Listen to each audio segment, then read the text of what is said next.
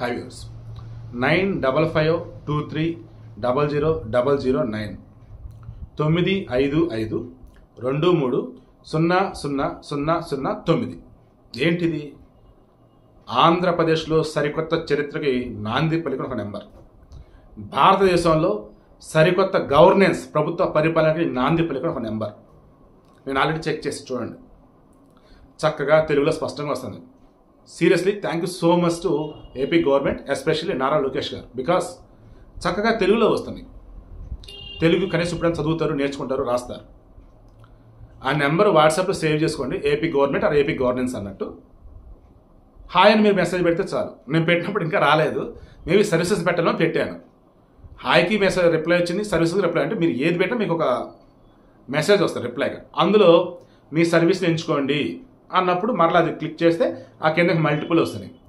Revenue, electrical, endowment, like ఈ వేలో భక్తులకు సంబంధించి ఆయా దేవస్థానాల్లో దర్శనాలు కానీ, పుణ్యక్షేత్రాల దగ్గరికి వెళ్ళినప్పుడు బయట కాంటెస్ట్లో రూమ్స్ కానీ, అండ్ ట్రావెలింగ్ అన్నప్పుడు బస్ టికెట్లు కానీ, కరెంటు బిల్లులు కట్టినప్పుడు అది కానీ, తర్వాత క్యాస్ట్ సర్టిఫికెట్లు కానీ, ఇన్కమ్ సర్టిఫికెట్లు కానీ, ఇలా ఏవైతే అరౌండ్ 161 సర్వీసులు ఇప్పుడు అవైలబుల్గా ఉన్నాయి. మరికొద్ది రోజులలో, మరికొద్ది నెలల్లో మరో 360 సర్వీసులు, 360, 161, అప్రాక్సిమేట్ అంతా 521 సర్వీసులు. నాకు తెలిసి ప్రభుత్వ ఆఫీసుల నుంచి మనం 521 సర్వీసులు పొందడం నాకు తెలిసి ఆల్మోస్ట్ అన్ని మన చేతిలో ఉన్నట్టు.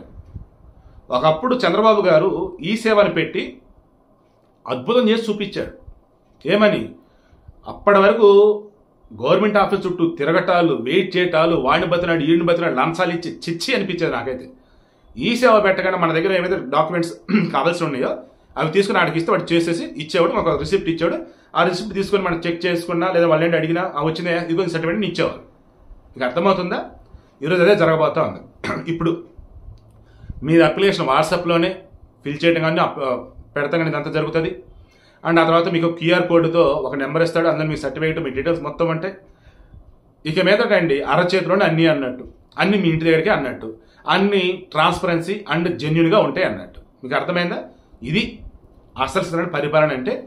తండ్రిని మించిన తనయుడిగా చంద్రబాబు మన లోకేష్ దూసుకుపోతూ ఉన్నారు. చంద్రబాబు గారు పుత్రోత్సాహంతో పొంగిపోతున్నారు.